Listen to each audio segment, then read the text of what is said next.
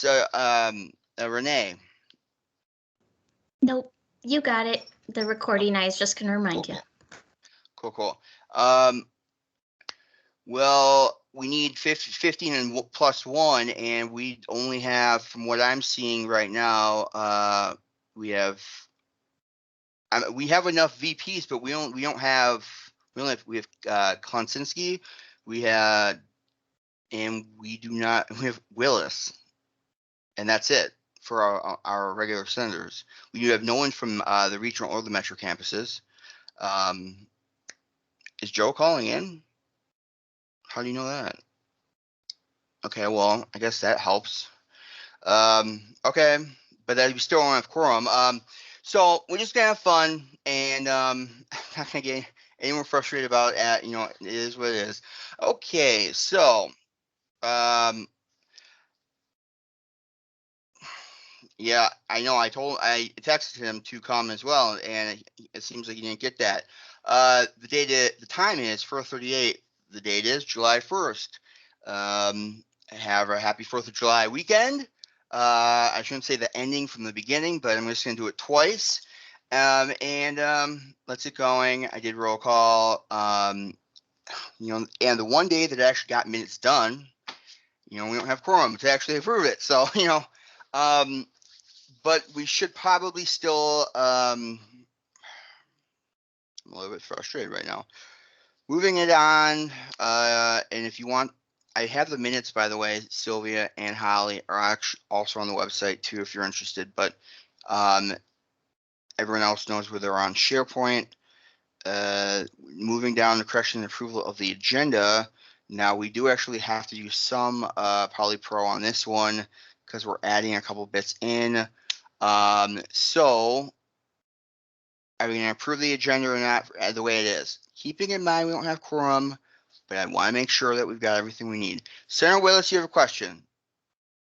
I do. So since we do not have quorum, and you're sort of doing this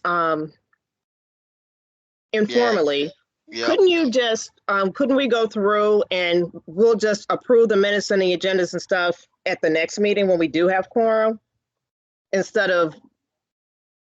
Yeah, I mean, I guess, I guess that doesn't seem like well, and the thing is pretty much because we don't have quorum, we would go through. We can't really do anything anywhere right now, so yeah. Right. Yeah. So that way we can just go ahead, we got our guests, and we can just have a great time with them. Okay. Cool. Well, then let's do it like that, because I'm better at taking control when I know that I can be in control. So I'm adding on this agenda then. Down at new business, we're gonna put about 10 minutes on new business so that Mina VP Yildiz can do her opt-out procedure for the summer. All right. So there's gonna be 10 minutes down in non-business housekeeping items. No, new business items. And then in non-business housekeeping items, we're going to have about 5 minutes there for the picnic update or whatever. Is that best way of saying that, VP LaBella and VP Yildiz? So 5 minutes for the picnic status update. All right. So cool. All right then. Moving down, and we can say public comments, the textbook rental update with Sylvia and Holly. Hi. I'm so happy. We're so happy that you're here. Yes, we had some questions on Sunday specifically in relation to last semester. There was a high level of there was a deadline for books, and then there was a high level of fees, and just knowing what the return rates are kind of looking like since the whole pandemic mess or whatever. So yeah, exactly. And we're trying to get someone on this committee very badly. So hopefully this gets somebody super excited to want to talk about textbook rental. Let me switch this so that you're seeing it more in presentation mode. You're not though. That's okay. I'm gonna make it work. It might be me. I see black. There we go. Everything. So now it looks like the real thing, right? Hopefully. Yeah, I only see the black screen. It usually comes along after like 5 minutes after the fact. But can everyone else see it? Everyone else can? Okay, awesome. And Sylvia, oh, there we go. So never mind. We're good to go. So yeah. Okay. All right. Holly's up first, so I'm going to let her speak. And Holly, do you want to introduce yourself first? Congratulations on your new promotion, Holly. Is that right? Did I do that right? Okay, I want to make sure. Thank you. So, thank you for having us. I am Holly Deering, for those who do not know me, and I am the Assistant Operations Manager in the bookstore. So the rental program does fall underneath my area. And then also presenting with me today is Sylvia Ramirez, and she is the Vice President of Administration. And we're here to give you a textbook rental program update. So today we'll be going over why we launched a rental program, how the program is doing, and what the next steps are. The rental program was recommended by the Student Affairs Council as a way to help with textbook affordability, making sure that students had their materials that they need the first day of class, and then also helping with student success. And so, nope, you're good.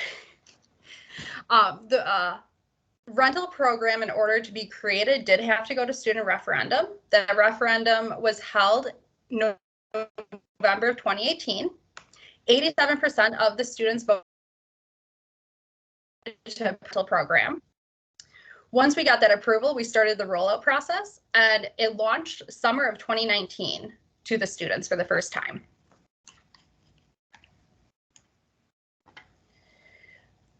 Degree credit students pay $7 per credit. This fee does cover the majority of the students' course materials. There are some one-time use materials that are not covered as part of that fee. In order for the program to be successful, the bookstore did need to expand to get more space for all the textbooks, since before we did not order books for every single student in the class. But with the rental program, we would now order a book for every student enrolled in that course. So that did cause a great need for the bookstore expanding space so we could actually have textbooks organized on our shelves. We also had to upgrade our point of sale system and our inventory control system so that students would have a better experience, and we could check out those rental books to students and attach that to their one card number, their student ID number.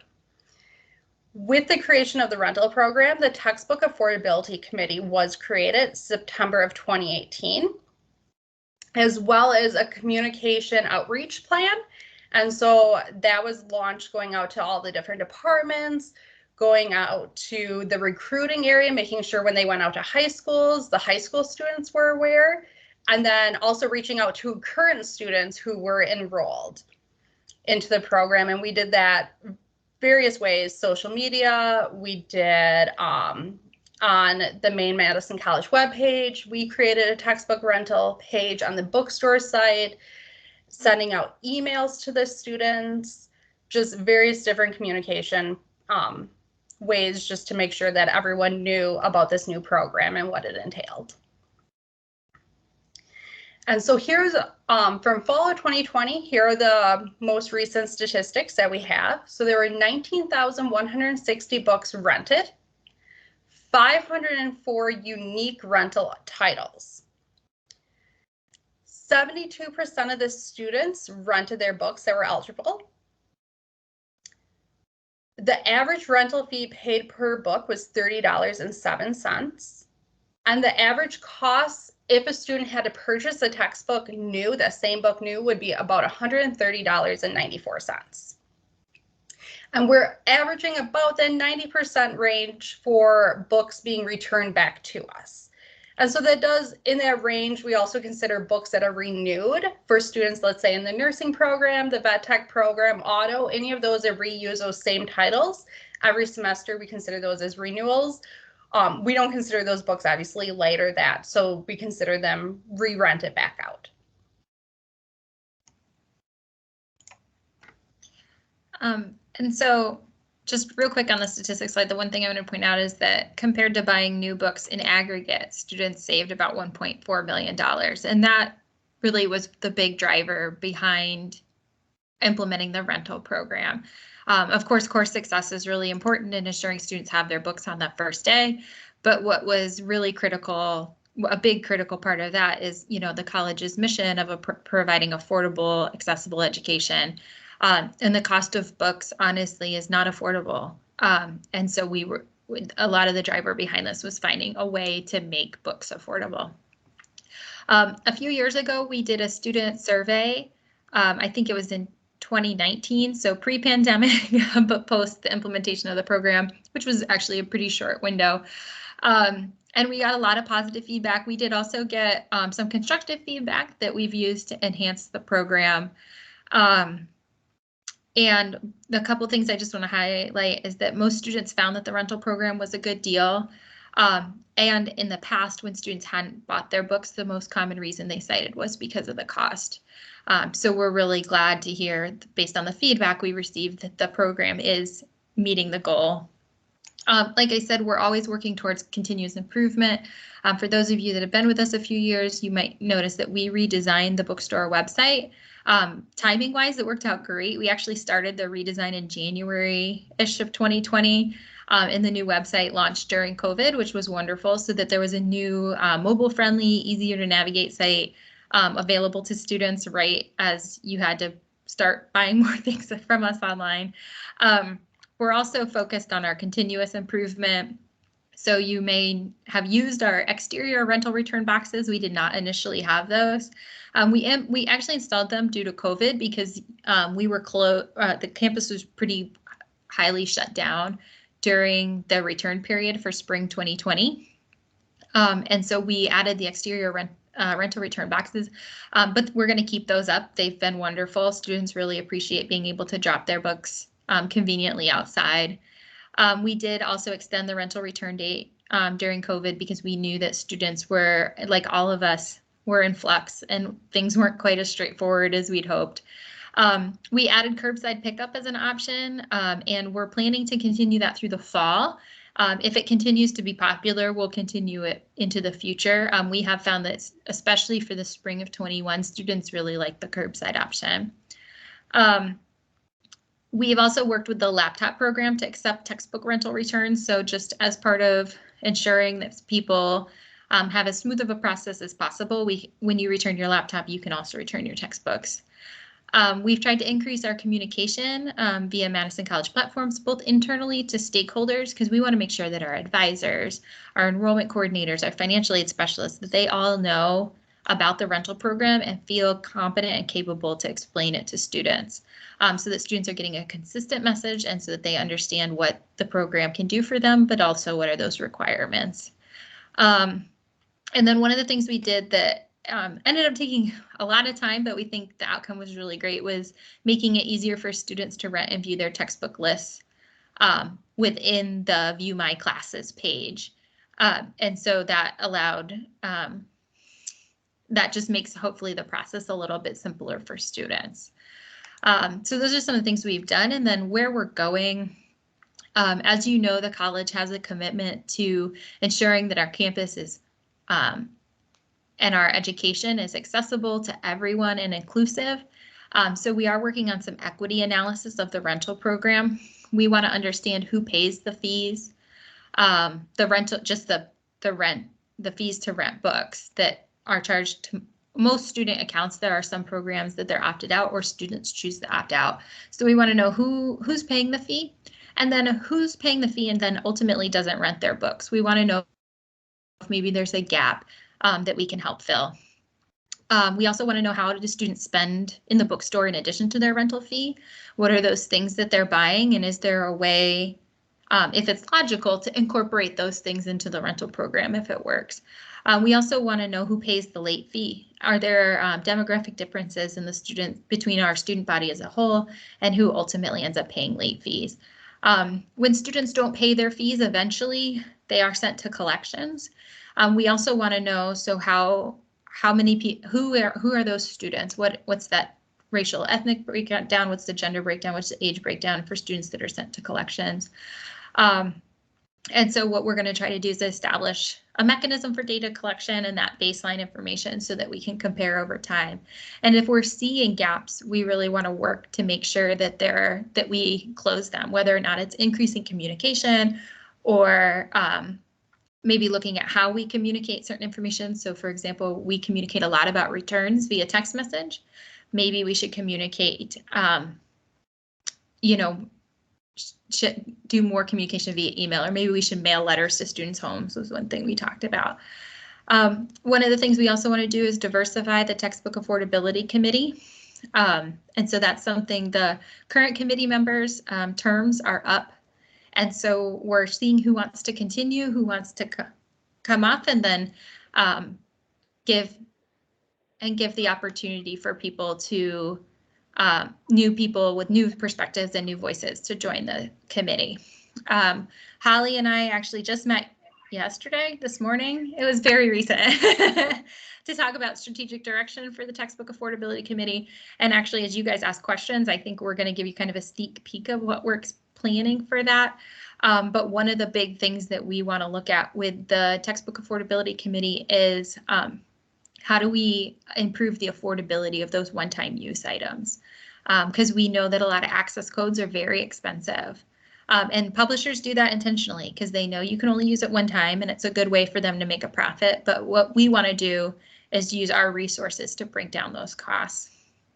Another thing we've talked about doing is engaging an evaluator to examine the relationship between the rental program and student success and see if controlling for other factors, if the rental program seems like it's making a difference for student success, because that was another one of our goals.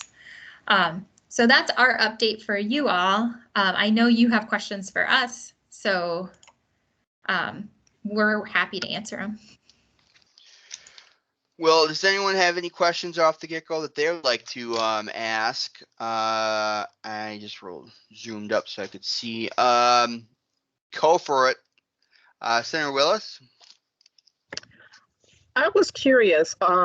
Now, can you touch on the status of students who may be considering opting out? Or, I mean, because there may or if they switch programs or something like that, can you talk about what happens if a student opts out or wants to opt back in, or what happens? I mean, for those who are not aware, some students could have the option of opting out of the textbook rental program, but then I know there's a stipulation and I forgot what it was. So thank you. Yeah, so great question. For a student to opt out, they have to request an opt-out form, and they fill that form out, and the student cannot have received any benefit from the rental program in the past being in the same program. So let's say I opted out and I was in the liberal arts program. I could always opt back in if I switched to, let's say, the nursing program. But if I was in the liberal arts program, I rented books for a semester, and then the next semester I'm still in the liberal arts program, but I decided that I didn't want to be in the rental program anymore, I could not opt out because for a whole semester I rented books, I received a benefit from the rental program. So for most of our students that have opted out, they're in their final, they came in, they're a second-year student, they don't have any liberal arts courses as part of their program, and their program may not require as many books. So like occupational therapist, let's say. If you don't have any liberal arts courses for that program and you're just taking your main ones, there's not a lot of rental books. So a lot of the students that do opt out are in that program, or they're in a program where they're receiving funding from outside, let's say through Veterans, UW Odyssey, Workforce Development, and they want to keep their books. So they want to purchase their books outright. So then those students would opt out of the program. And we do have some programs that when we did the rental analysis, we determined that it was not beneficial for those programs to be in the rental program. So there are some programs that are opted out where the students do not pay any fees, such as EMT, jail and police academy, practical nursing, cosmetology, There's currently 13 programs that are opted out of the rental program based on rental analysis that it was not beneficial for those programs to be part of the rental program. And I was just going to build, you mentioned that if students received a benefit from the program, then they can't opt out. So what we're trying to protect against is two things. So one is that if we let unlimited opt-in and opt-out, then students could opt in semesters that it was a good deal for them and opt out in semesters that it was a bad deal for them, which from an individual student basis makes perfect sense. And you would say, well, why would you stop me from doing that? But the problem is that the rental program works a little bit like health insurance, right? You pay a small amount every time, but then when you like break your ankle, my sister broke her ankle recently, so I know that's very involved, and you have to go to the ER and you have to get surgery, you're costing a lot of money, but you've paid in this small amount and you're kind of using everyone's money. And that's how the model around this is we normalize the cost of textbooks so that everybody, regardless of if you're in class with a high cost book or a low cost book, people are paying the same amount. But that means that when your book is, we have some books that honestly the new cost of the book is over $200. When you encounter that and you have a $200 book, you still pay the same $7 per credit. And so, but the only way we can make that work is if everybody's paying in all of the time, so that when we get those high cost materials, we can afford them. And so that's why we don't just allow unlimited opt-in and opt-out. But we try to be as flexible as possible with students. So if you didn't use the rental program and you want to opt out, that's fine. If you, we've let people opt back in if the circumstances allow. Because we want to be as flexible as possible, but we need to just make sure that the program stays financially viable. Jonathan. Thank you. I wasn't sure how that was going to work with lending your voice. Just a few questions off the top of my head. In terms of the 10% that aren't returning those books, have we seen any sort of delay with students needing books that aren't able to get them because they're still en route to the school after being purchased? Not currently. Part of that is because eventually we do charge the students and we buy a replacement book with that money. Right, and I remember a concern when this was being rolled out that if students in a larger margin weren't returning their books, then it was going to be a process to get them in on time for other students. So that's good to hear. Yeah, we heard from MATC Milwaukee that they had a very high non-return rate. I believe it was above 20%, and they weren't able to sustain the program because of it. But that's not what we've seen. We've been really happy with. We'd like it less than 10%, but 10% is manageable.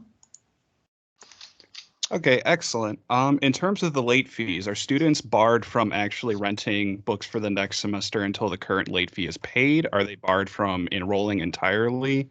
I just wanted to know the details regarding that.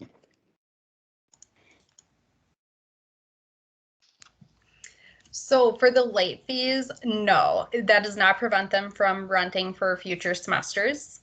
The only way that they could have a hold on their account is if they were charged for the replacement cost of the textbook and it was above that $100 amount.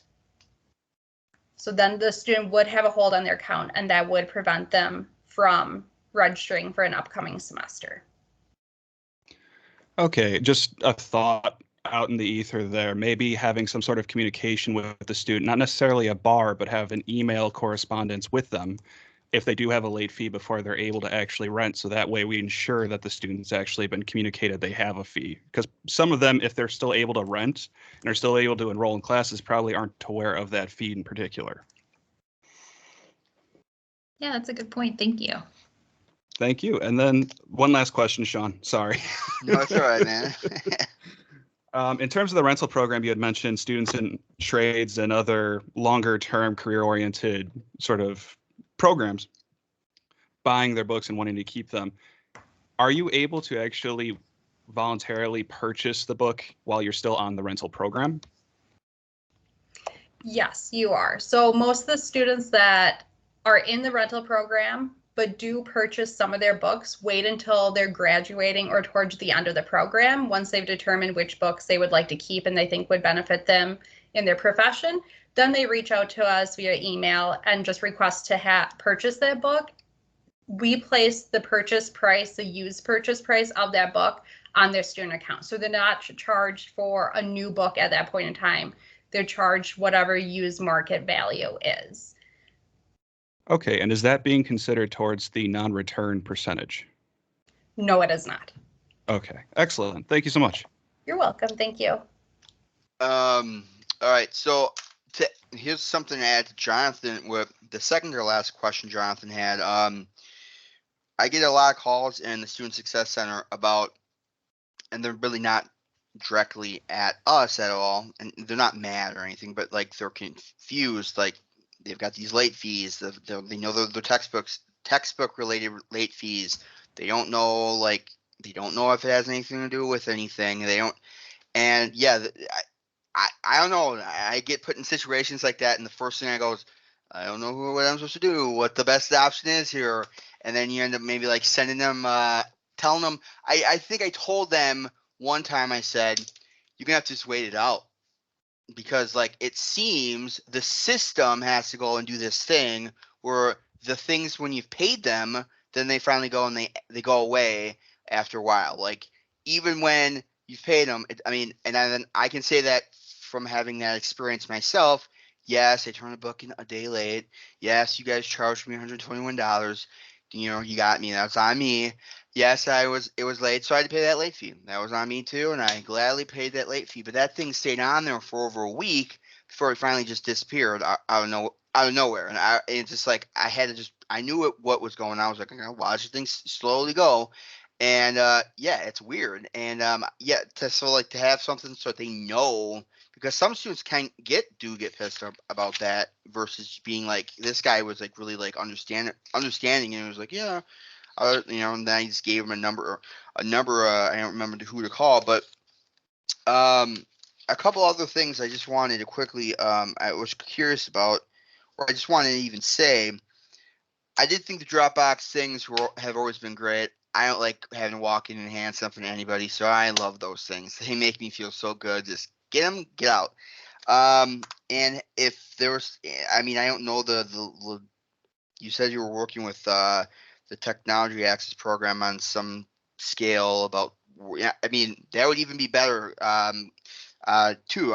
But the ordering textbooks from your student portal. Yeah, a lot of people lately, for some reason, have been getting I'm really upset about the student portal as of last Friday. I don't know why. It's not really that hard to navigate, but for whatever it is, I can say the textbook thing has gotten a lot easier. You know what classes, you give them put the class number in there, it adds it in, and then it shows them what books you need. The thing that some students do, though, is they think that they need a book because the way that it's written sometimes gets confusing. Like, do I need it new, used, old? You're like, okay, just give me a book. And sometimes students will get books that aren't actually mandatory books for the class, so just optional books for the class. And then you end up with these two books. Like, okay, that's another responsibility I have to make sure I don't, fall late on. So that would be kind of. I'm just putting that out there as just like thoughts to think about.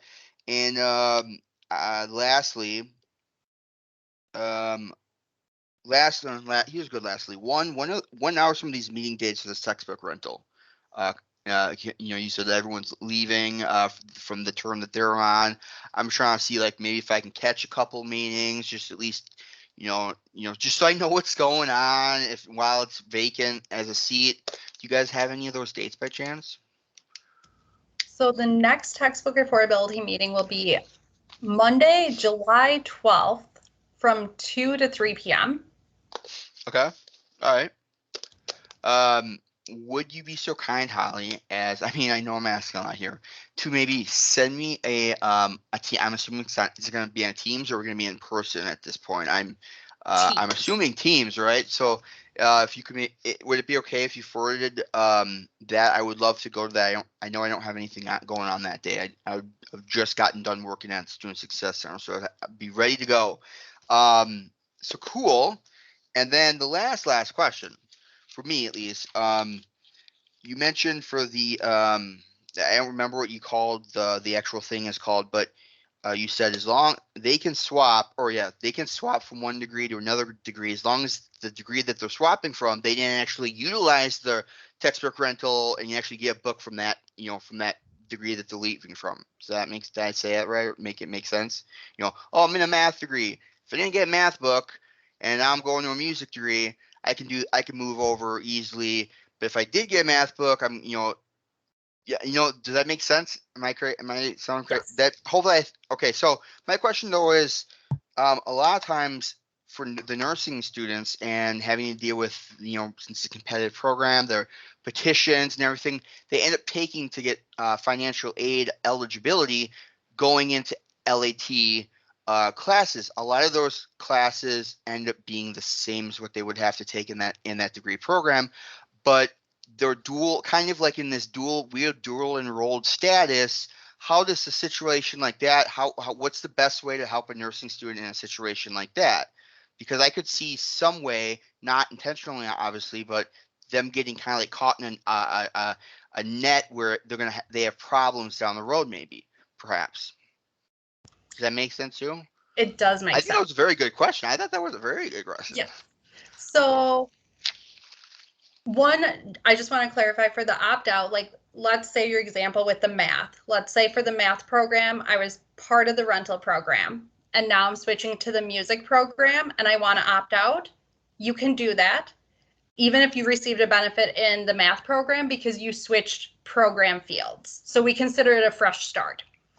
Okay. And same if we want to reverse that. Let's say I was in the math program, I opted out, but now I switched to the music and I want to be part of the rental program. I could choose to opt back in because I'm a fresh start, brand new program. Going off the second part of your question, we have seen that recently with students who were in the practical nursing program, which was not part of the rental program. Oh, so those students were opted out, and then they would transition to the nursing program. And so we're working with those students on an individual basis to get them back into the rental program, because once you're in the nursing program, it is very beneficial to you as a student to be part of the rental program. Those books are very expensive, and there's a lot of books. I mean, like, nursing students prior to the rental program paid well over $1,500 for their books for the first year of nursing. So being in the rental program is a huge benefit to those students. So we're working with those practical nursing students on an individual basis, and kind of going off of what Sylvia said, that if you experience or hear from any students that, they switch programs or they're kind of in that situation like you're talking about, if they just reach out to me, we will work with them. We want to be flexible. We want students to have those benefits and have that accessibility. So we will work with them. We understand circumstances can vary. Could they reach directly out to you? Would that be appropriate, or would that be okay? Yeah, of Comfortable? course. Okay. Yeah, of course, Yeah. definitely. All right. Yeah. I don't know. I think Jonathan was next. Thank you. You answered the question. You guys, you're ready to go. You know how to answer those questions, right? Jonathan, you had your question? It was more of a statement, as VP Labella had mentioned, that we are actually 10 minutes over the time. Granted, we're not in parliamentary procedure currently. We still have to sort of be noticed of the time. So wanted to just put that out there. Thank you, VP Labella, for being on top of that. I'm happy. I'm happy you did do that. All right. Yeah. Well, Renee, you got a question or a statement or something, and then if we have no more questions, I'm going to say we're going to kind of wrap it up on this topic and then move down the list.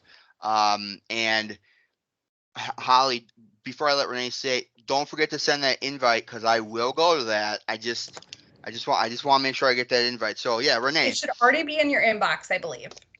If you All want right, to double check. all right. Yeah, I'll double check while Renee's talking. Thank you. Yeah, I think I see it. Yep.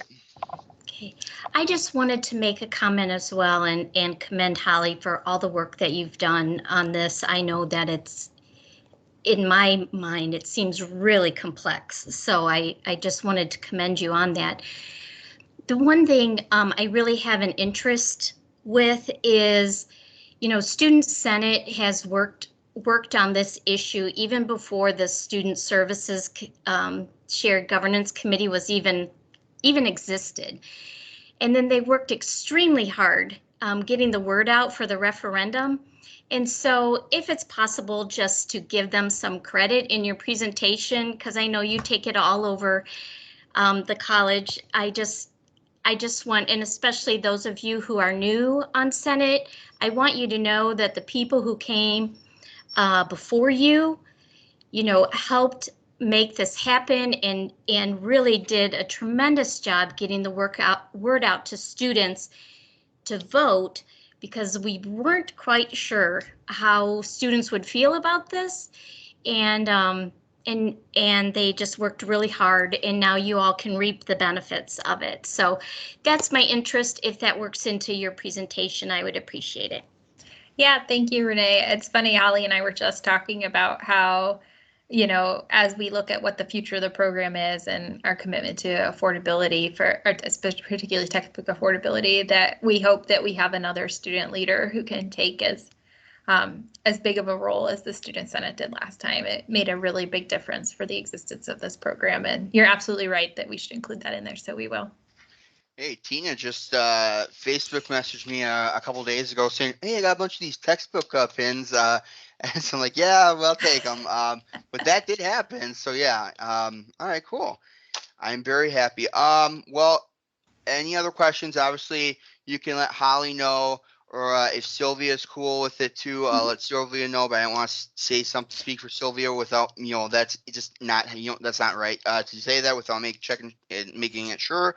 But I think we're good to go. All right. Sounds good, everyone. Thank you. Thank you guys, both of you. Thank I appreciate it. All right, now moving back open on my agenda. And okay, so I guess I'll just go down and hit my executive council report. Well, we didn't have quorum on that either. I don't know where VP Strife is. The things that we were talking, we didn't, and Renee was with us as well. Basically talking about a few specific things in regards to how do we get student and senators to want to engage with each other, and that kind of relates to the picnic and the get together and timing, location, etc. Then we had discussed some about the opt-out procedure that Mina is going to be doing here in a little bit, and what that would look like, and how we would try to continue to make sure that even though she's going to be stepping away for the summer, that team development and that standing committee are going to continue to be chugging along and not lose any momentum.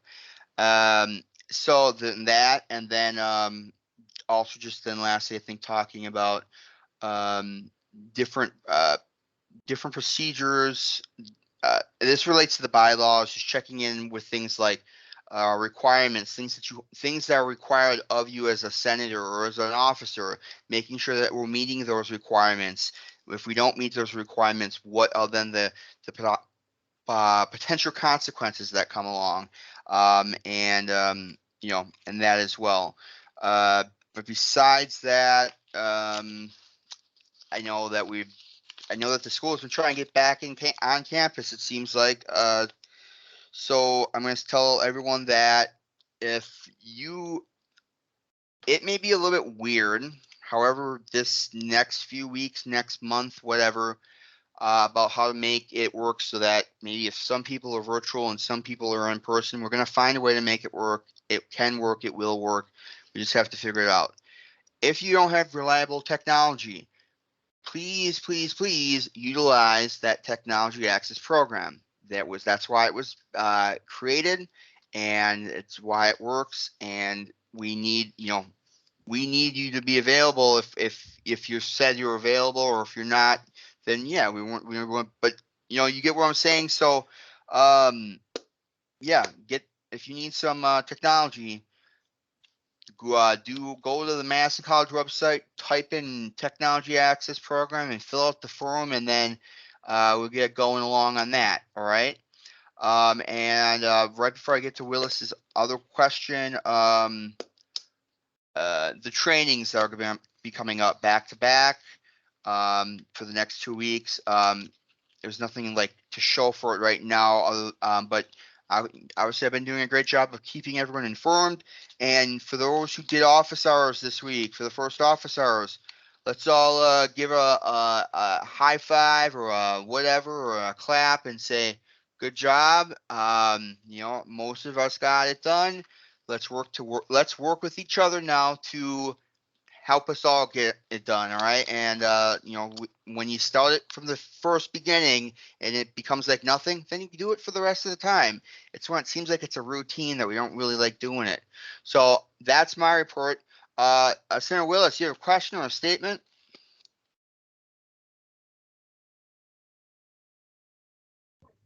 I do have a question. With campus opening back up, will our key cards for the Student Senate office be reactivated? And for those who don't have them, will they be getting keys? And That was this. Renee is on top of that. I brought that up to her yesterday in our meeting, and she will be addressing that and letting everyone know via email. One other quick thing. I'm sorry. I think yesterday for your meeting, VP Strife was with me at the diversity training. We were at the NACA training online. Okay. So that might be why she missed your meeting, but I'm not speaking for her, but I know she was at training with me for 3 days. So. No, we didn't have a meet. Yeah, but we didn't have a meeting.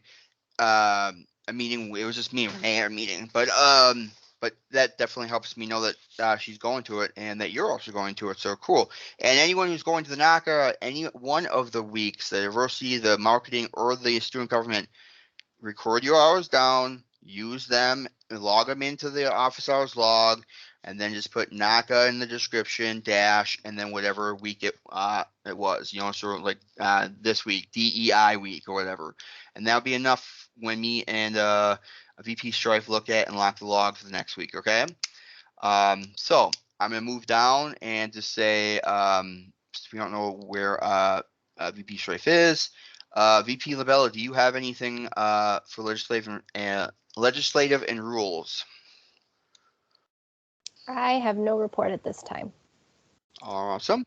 And then moving down for the team development, VP Yildiz, what do you got? I have no report.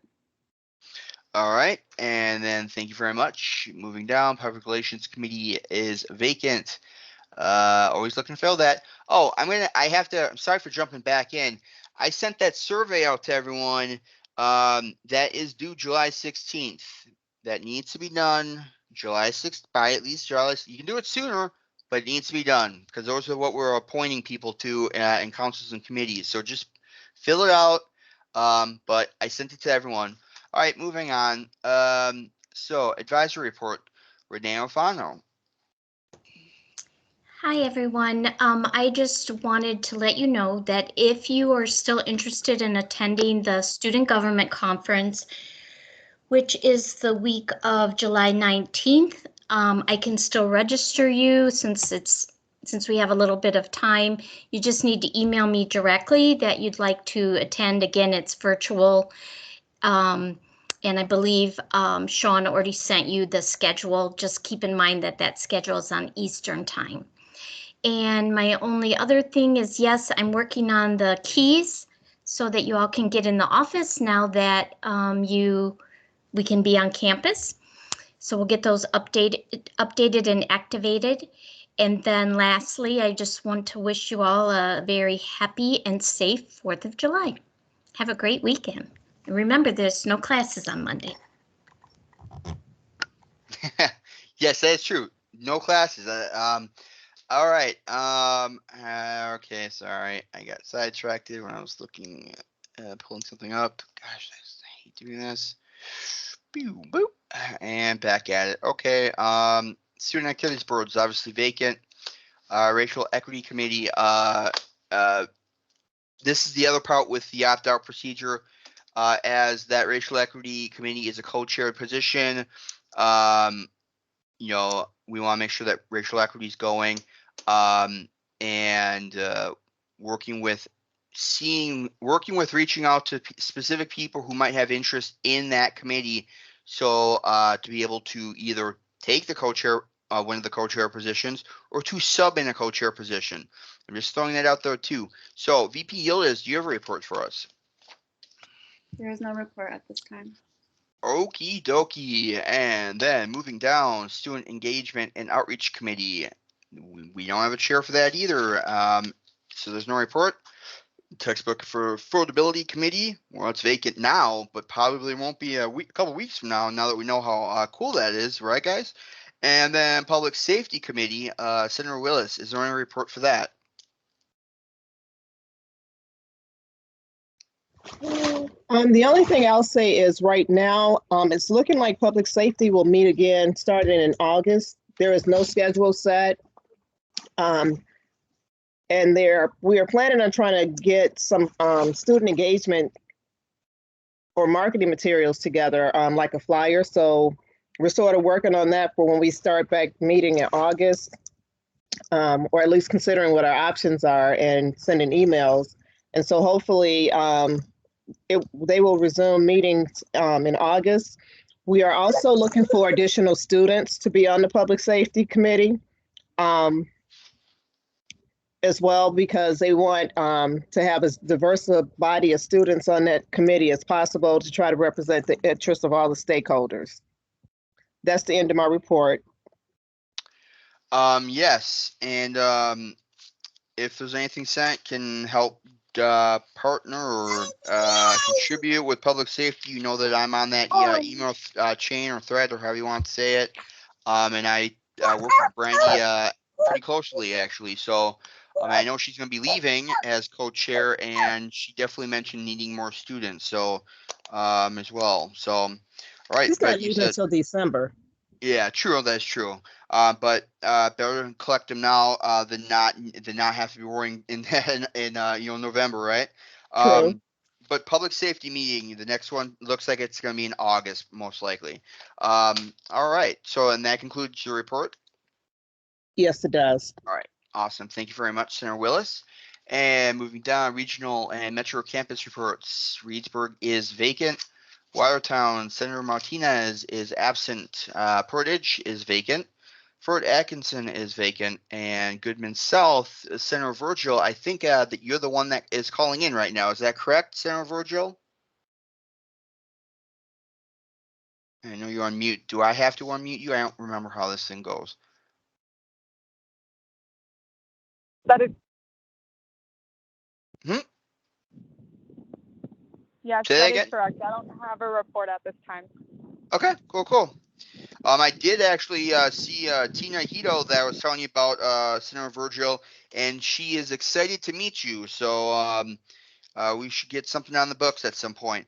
But okay, thank you very much. And then moving on down, College Assembly and Council reports with College Assembly, Senator Ciardelli, who is not here, and we don't have them. We have one next Wednesday at 2 is going to be our next one. So Academic Council is vacant. Correct, VP Yildiz now it's vacant.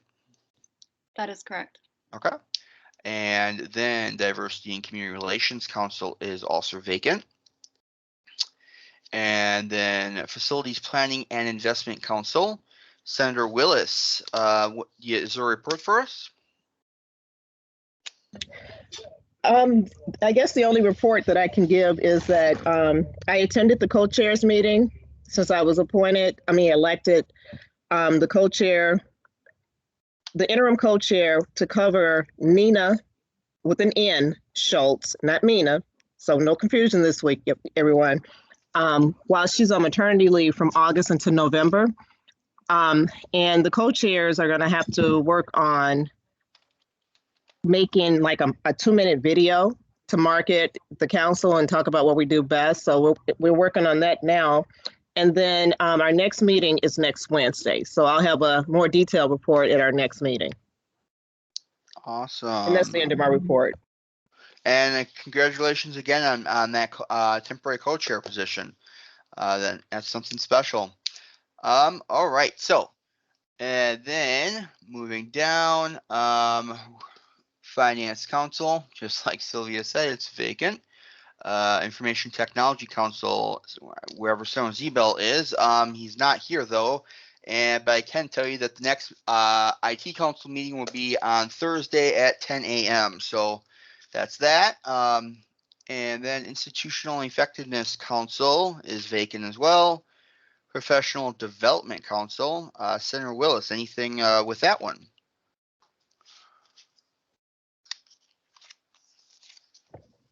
No, there is no report. We meet again in August. They decided to suspend for the summer.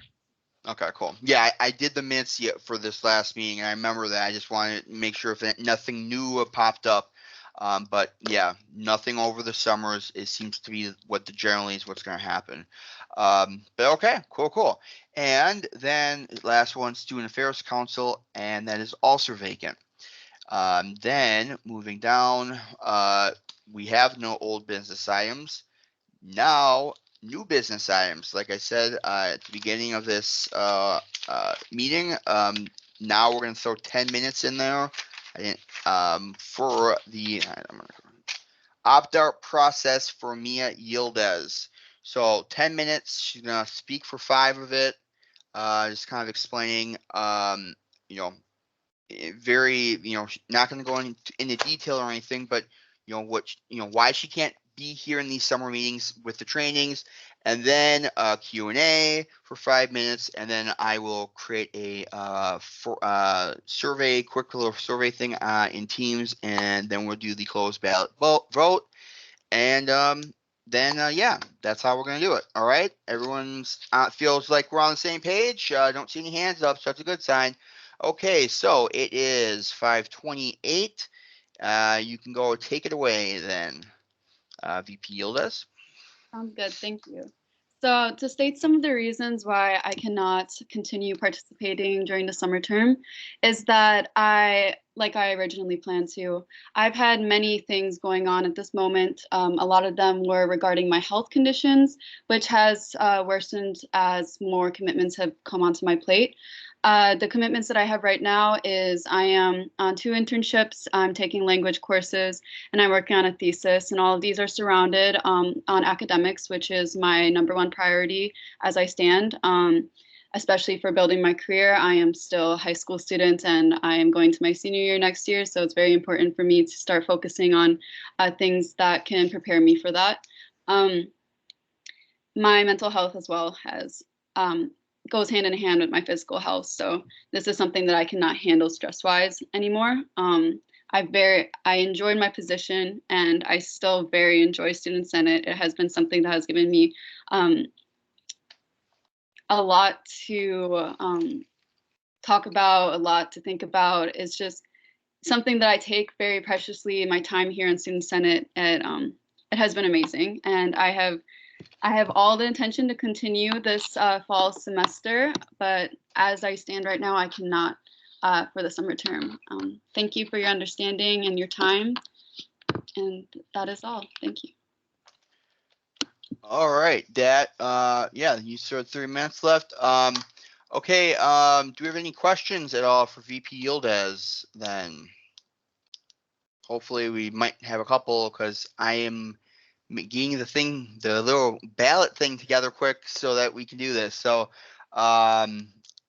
any questions? Any thoughts?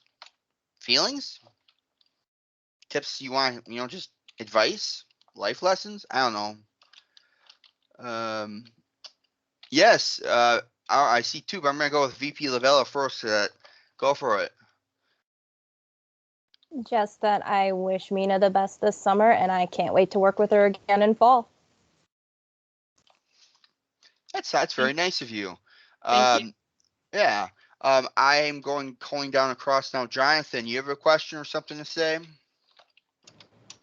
Just a quick point, Mina. Obviously, you and I haven't had that much communications between us, but given your unique position as a dual enrollment student, if for whatever reason you're unfortunately unable to continue in the fall semester, I think even if you are able to continue, be it at that correlating with leadership, either President Green or any of the VPs, to help them understand what ways Senate can better adapt to your situation in the future, I think would be really beneficial for the Senate in the long haul. I really appreciate that. I will give feedback on that then. So thank you. And then looks like we have one last good question from Senator Klinsinski. Yes, not a question, just wanted to give you kudos on advocating for your personal and academic health and goals. Really amazing, and I wish you all the best and enjoy the rest of your summer. Thank you. And Senator Willis, you had a question too? No question again. Just wishing her much continued success and a speedy recovery. And yes, self-care is critical. You always have to be selfish and take care of yourself first in order for you to be there for other people. Thank you for the service you have provided. Hopefully we'll see you back here in the fall, but I sincerely understand with you being a dual student, the commitments that you have made and the great strides you've made with Senate so far. So have a spectacular summer and much success with your internships as well. Thank you. All right. Now we're doing good. All right. So I'm going to throw this out here then. And going send.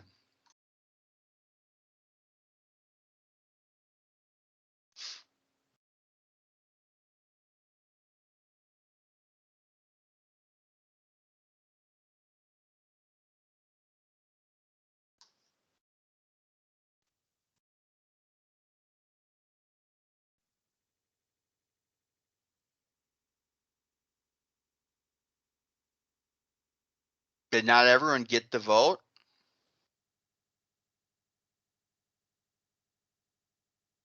I mean, okay, yeah, and that would, I see a problem here with that. Senator Virgil likely isn't able to vote. Yeah, exactly. I see a problem in that right now.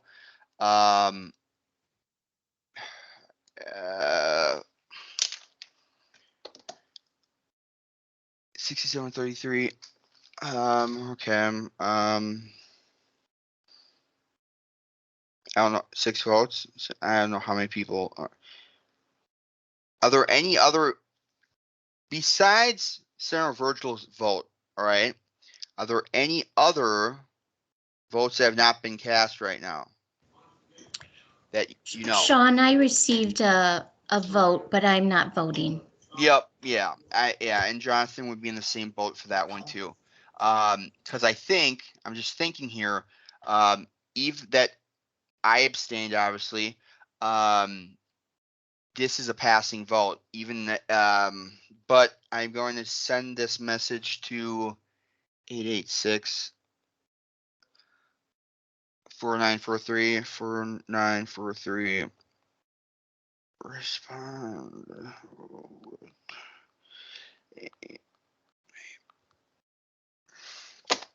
All right. So, and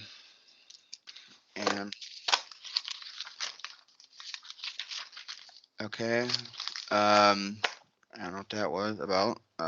But okay, and she said A. So that would, yeah, you're good. You're opted out then for the summer. So yippee yippee yippee, and yeah, we'll see. You know, take a second, do your thing, focus on you. You know how I feel about you. You know how much I support you. And if you need anything, you know. All right. So things are good. I'm proud of you. I am. All right. So are you gonna hang around for at least for the rest of this? You're just gonna say, I'm out of here. You're gonna at least hang out for the rest. What? I'll hang around. All right, great. I love it. I love it.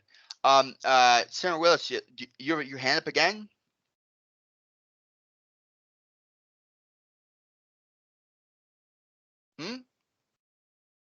Maybe not. Okay, I'm gonna assume that. Sorry, trying to take it down. That was an accident. Yeah, not problem. Not problem. Okay, so and now that's done. Now next bit. Non-business housekeeping items.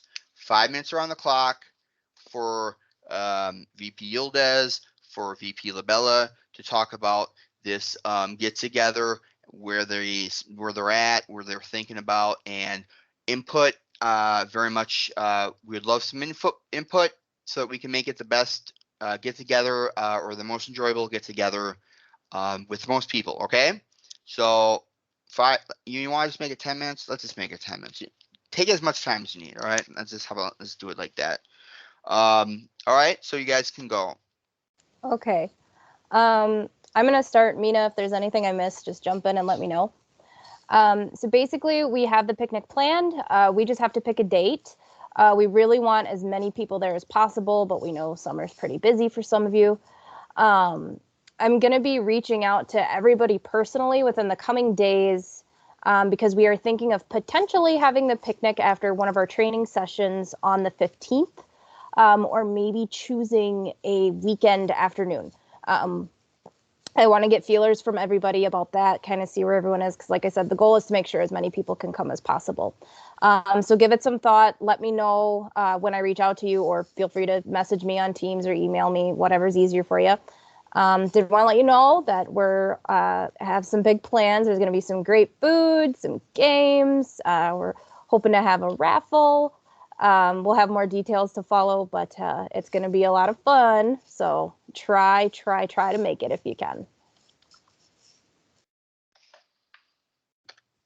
I can add something else that we were talking about. So a lot of us are still kind of thinking about a date, and there was discussion as VP Labella has said about doing it after a training, but to kind of get a better grasp too, if I'm correct, we were gonna try to get input from more of the senators and send out a poll to kind of see how people would feel. Would they like it after a training, or would they like it during a different time, and what times would work for them? So definitely a lot more into, we got the technicalities done with the picnic, and now it's just getting it started and doing it. So we're almost there. Yeah. Anyone have any questions? Anything that you would like to say, or input, whatever? Because if there are a couple of questions, I could make that survey quick too, and then you can just do that survey and figure out who might like to do what, when, where, and why. I'm still probably going to reach out to some people because the majority of us aren't here. Sounds like a plan. Let's go with that way. All right. All right. So then we are done with that section. Announcements. We have a couple of them. A couple of them already talked about. Next meeting, again, is going to be a training on interest-based problem solving, the stuff that shared governance uses. So please be checking your emails next week for a link to that training. It's Ann Camillo and Jill List. They're on vacation. They'll get back on this next Monday. And they're the ones that are going to be sending out that link. So either from Ann or either from Jill, I'll let you know when I get it, what you should be looking at, but just keep an eye out knowing that you will get something, and it will take place at 4:30 on July 15th when our usual General Assembly would have been. All right, so that's the first thing. Do the next lesson in the Blackbird training course before next meeting on July 15th. That subject's on the Wisconsin student government, and there's a lot of funnies in there. And I've been looking at who's been getting stuff done, and I've been very pleased that it is being taken seriously, and it's being worked. So that's awesome. Very good. I'm proud of all of you guys for that. Again, now that office hours have started, they're going to stay in effect from here on out. And you got 2 hours for the senator by 11:59 on Sunday, 4 hours for an officer, 11:59 on Sunday. And the summer 2021 office hours log is in the SharePoint. It's also on Teams as a bookmark. Tons of ways to get it and log your hours. I did look at those as well, and I was very, very impressed and very happy to see them logged. I think pretty much the people in this room all had them logged, honestly, and I was very proud of that. It's so good. Pat yourselves on the back, and then I know a couple more things, and then I'll be done. Next thing for till next 2 weeks from now, you're part of your thing besides the Blackbird training course. Reach out to 2 other senators. Just like strike up a conversation. Hey, I like peanuts. Do you like peanuts? No, I like calzones. Whatever. I don't know. I don't care. But get to know your fellow senator, because those are the people that you're going to be working with up until next May, way down the line. And you have something shared in common. Common interest being to help your other fellow students in the student body. So a good team is a team that trusts and knows each other. So strike up a conversation. It counts as office hours too, okay? So it's really a win-win. And then lastly, I already said it once, I'm saying again, fill out that appointment survey monkey form. That form is due on July 16th. July 15th is the shared governance training at BPS. So I thought I'd give it an extra day afterwards. And then the next time me and ET meets, we can start going down the list and appointing people. All right. So, and then you'll be notified when you've been appointed to something, and it will be the things that you wanted to be appointed to. But I'm just saying that anyway. So that's all I have for announcements. Before Senator Willis usually throws her hand up to adjourn the meeting, does anyone else have anything that they'd like to say? Jonathan? I was just wondering, for the IBPS, are we requiring all students or all senators to complete that, even if they've previously completed it and are still certified? Yes, but I don't know what level of certified you specifically, Jonathan, are. So I can't really. I know that there is certified, but this is just a condensed from 2 days or whatever to a 1 day a course that gives every senator lets them brush up on the stuff that they might have not fully remembered or that they weren't always 100% sure about, and then the stuff that new senators don't know anything about, so that they can know how to operate in shared governance. And I know Katrina had asked a question about this last week, and yes, everybody.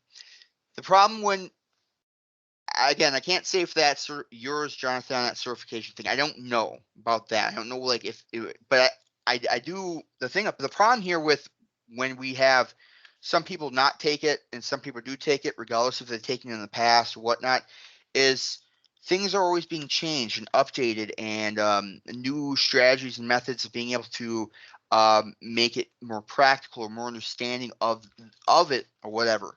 I want everyone on the same page, and I want everyone feeling confidently on the same page. And if we end up doing stuff that has been talked about in the past term about possibly going over and no longer doing Robert's rules for our meetings and doing something like shared governance, I want to start building something where everyone feels like they know this very well. And there's even been talks about getting a bunch of it's based off of that book, Getting to Yes, about getting everyone one of those books as well. So yeah, there is some redundancy maybe sometimes, and I can tell you honestly, for me, I hate redundancy and stuff like that, but I do like unity, and I think that that's what we gain if we all are taking it. And I talked it over with the E-team, and all 3 of them were in agreement that they thought that was the best option, the best thing to do. So I think we're going to go with that. All right. No, that's fine. My concern was just making sure that there wasn't. I totally agree. We need that type of refresher course. Yeah. The concern was just making sure that I was on roll for that class, considering the proximity to me joining to that. Yeah. And so, yeah, shit. I'm going to get We back can talk to you. later. I'm going to get back to you, but I have an idea, and I'm going to get back to you. I just have to work around in my mind and then ask Renee a couple questions and the team. But I have an idea, and I think it would work. So I'll get back to you on that. But I'm actually happy you brought it up. Anything else anyone has to say? That sounds kind of hostile. I ain't mean it so aggressively. Anything else anyone has to say? Okay. Senator Willis? I move to adjourn. Oh, that's what I was waiting for. All right. So, and right in time. All right. And it looks like we have, is that second by VP Yildiz? All right. Well, we're not in quorum anyway, but let's just, good practice is good practice. All those in favor, use the hand raising feature now and keep your hands up. Besides you, Ireland, I know if you just want to say A or nay or nothing, that's fine too. Because we're basically adjourned. So it's 5:37. The meeting's adjourned. Have a great weekend. Have a happy 4th of July. If you're going to be out in the sun, it's going to get hot. Please wear sunscreen, drink lots of water, watch your health. Heat exhaustion is not a joke, and you can get very sick and you can die from that. So please, please, please be safe. And if you're going to drink, please drink responsibly, as that is another safety concern. All right. I care about you guys, and I'm going to take off and get this video up on the site. So, all right. Later. Thank you. Bye-bye.